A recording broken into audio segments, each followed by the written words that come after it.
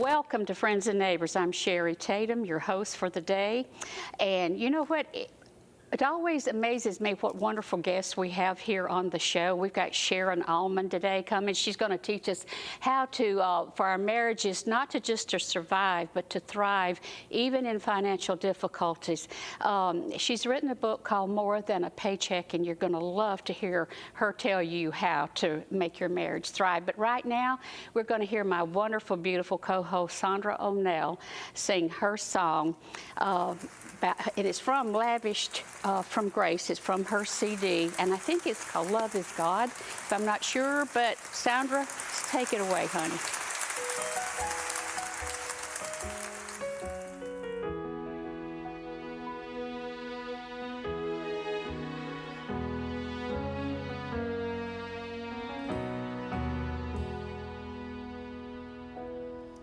It's the constant whisper heard from God's beginning.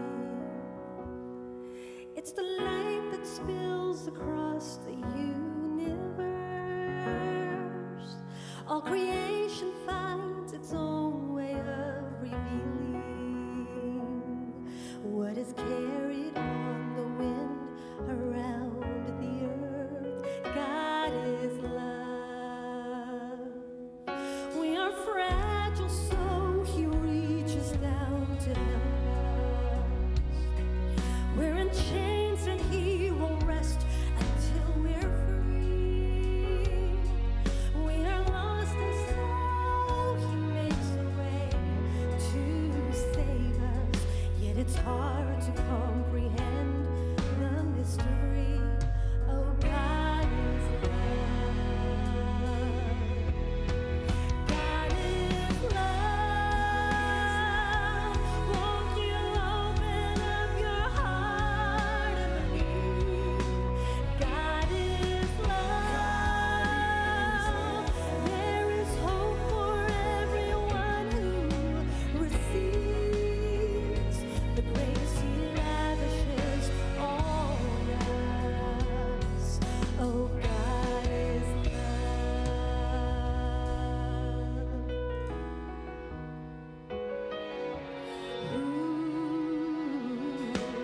Everyone He heals could gladly tell the story. Those who trust Him when He says, I am the way. It is written on the cross in crimson letters, and it rolls like thunder from the empty grave. God is love. Won't you open up your heart and believe? God is love. There is hope for everyone who receives the grace He lavishes on us.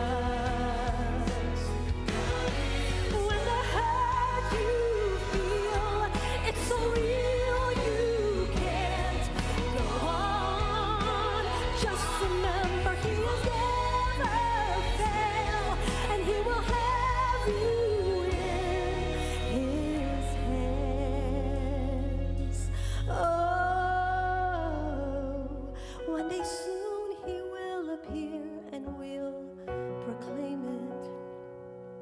And His one will bow and worship at His feet.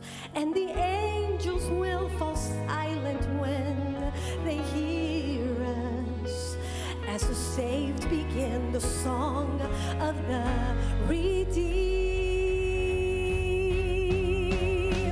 God is love. Won't you open up your heart and believe? God is love. There is hope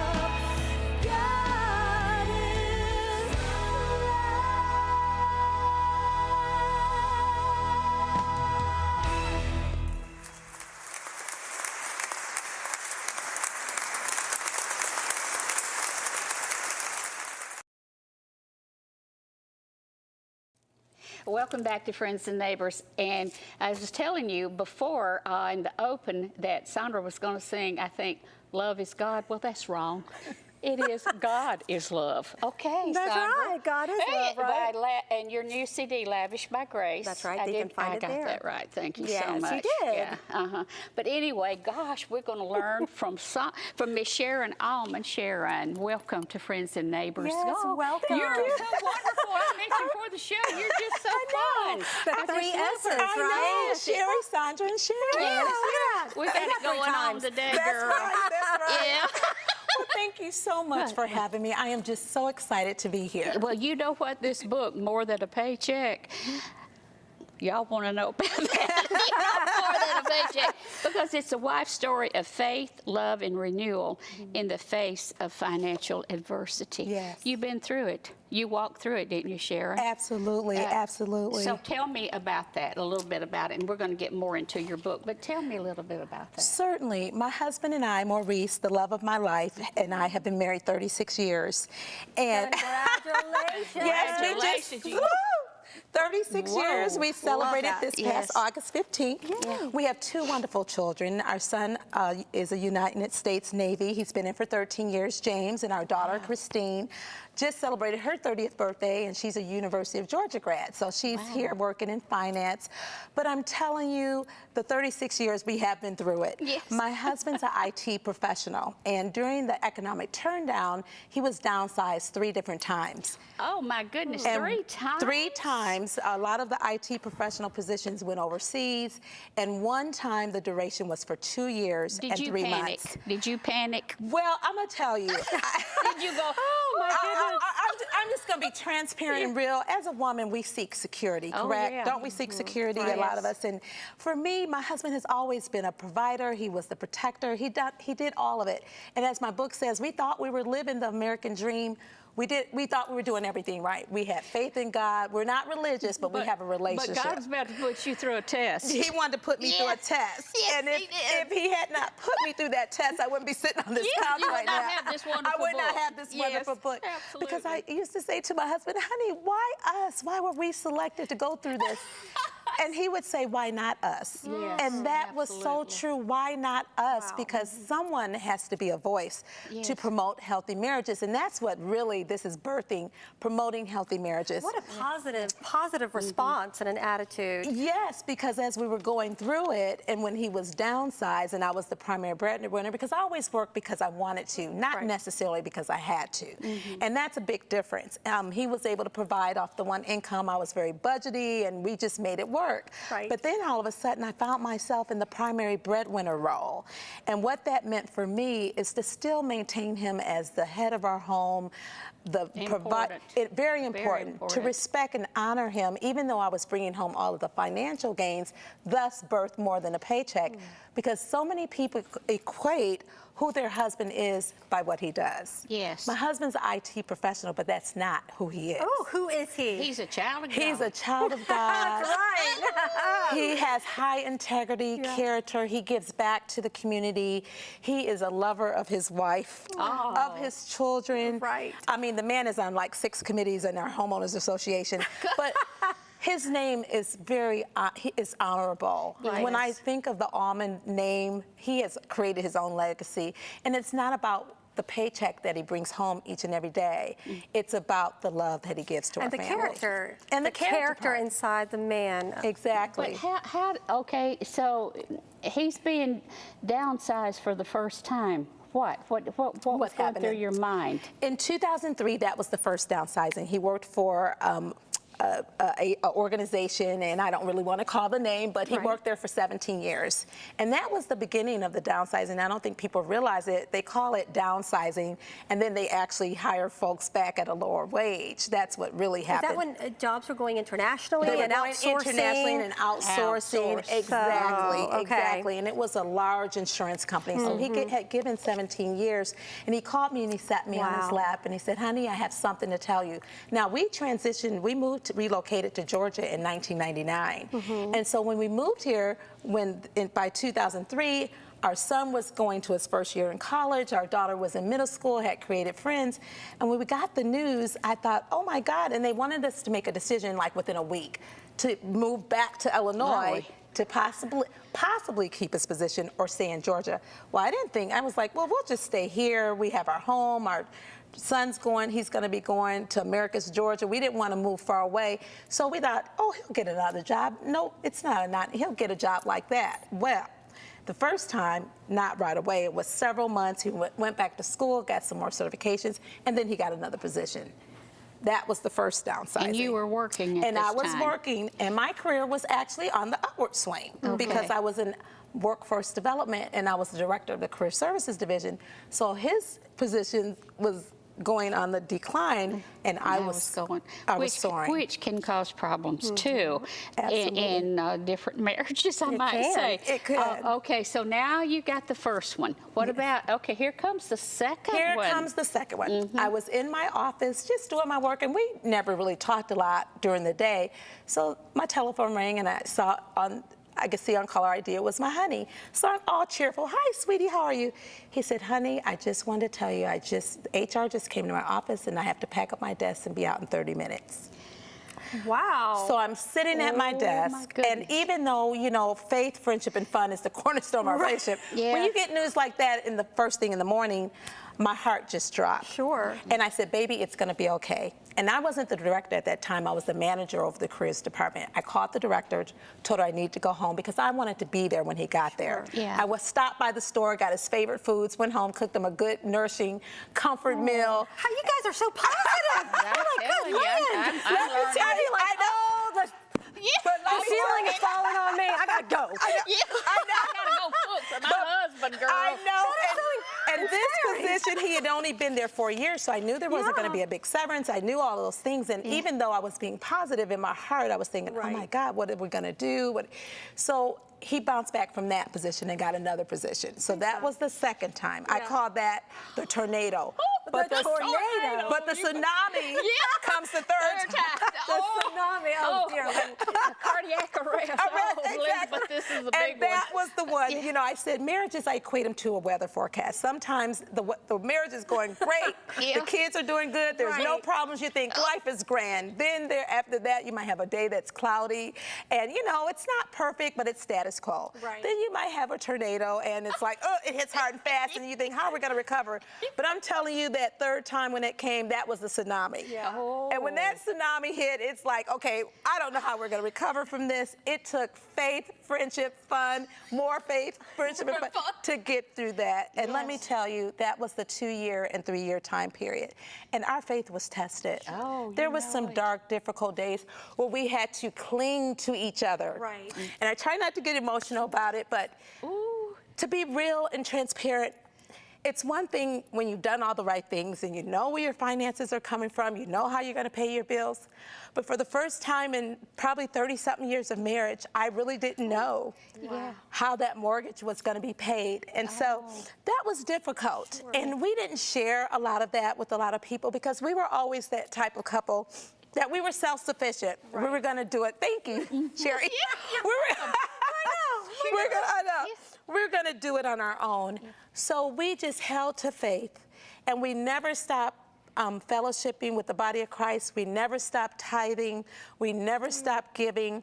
Every year we give to nonprofits. We do all of those things. Even out of our lack, we still continue those things. I want to talk about that, about your giving when we come back. We've got to take just a short break here on Friends and Neighbors, but we're going to return more with Sharon Almon in just a few moments, so stay with us.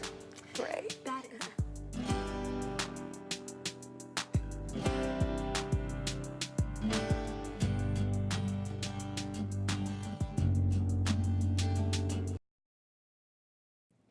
Welcome back. We're still here with Sharon Almon. And Sharon, you were talking about, you know, during that time when the tsunami hit, your third downsizing for your husband, that you still tithed, you still gave. You had a financial principles, I guess is what the right thing to say. Tell me how you managed that, and where was your faith at this time? Exactly. Yes. You're so right about those financial principles, and it's part of our faith walk. I've been tithing since I was a little girl. I was raised in the church. My mom was a church mother in the church I was raised in. My dad, I was a PK kid. That's why you're blessed. Welcome to the club. Welcome You to the are club. blessed. I was too. so. High five. And so Reese was not, but he gave his life to the Lord after we met in college. So I grew up with those principles that you tithe out of your lack. Yes. So even, like you said, do that desert experience, and truly it was a desert and dry season, because I was still working. I gave 10% of tithing as unto the Lord, because people ask, you gave when you had no, Amen. you had a need, and you gave when you should have been putting that money towards your deficit, and you could have been paying. I could not afford not to give. People yeah. ask, how did you do it? Because it was a faith move. And a lot of people, and that's goes back to the title of the book, More Than a Paycheck. Those are those tangible things. People put a lot of investment in their 401ks, their incomes, their salaries, what they have, the car that they drive. Those things can be replaced, but you can't replace the relationship. You can't replace the favor of God in your life, and that's what was in our lives. But Sharon, you said giving out of your lack. Yes. That's key, because in the Bible, the little lady that gave the 2 mites, that's all she had. Yeah. She gave out of her need, Yeah. but Jesus said that she had given more than them all, because they gave out of their abundance. Yes. And so you gave out of your lack. You were making the paycheck. So Yes. how did your husband feel about you still tithing? He was on board, and let me tell you something that I did, because I wanted to still honor him.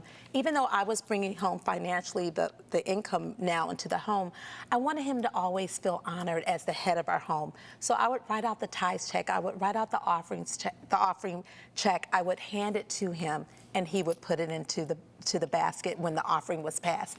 Because I wanted to empower him that even though this was my season to step up and bring home the income into our home, he still was in the position as the husband and the father of our children. I wanted him to feel valued. So he was right on board with us tithing, right on board with us giving. Yes. So we just never stopped. Well, the word says that not that you're not old, or I'm not saying you're old, not that. I'm but mature. you are, yeah. But the Bible says We're seasoned. Season, Sharon. not you yet, you little spring chicken.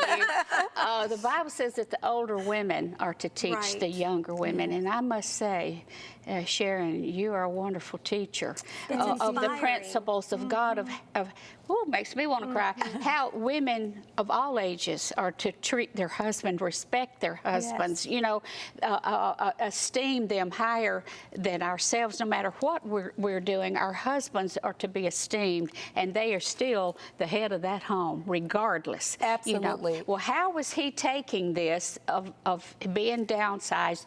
I would imagine he didn't have a job at the time. Correct. Because my husband and I had been through that. He walked the floors. Yeah. My husband would walk the floors, and pray and all that stuff. How was he doing at that time? I used to tell my girlfriends, I don't think I ever have seen my husband depressed.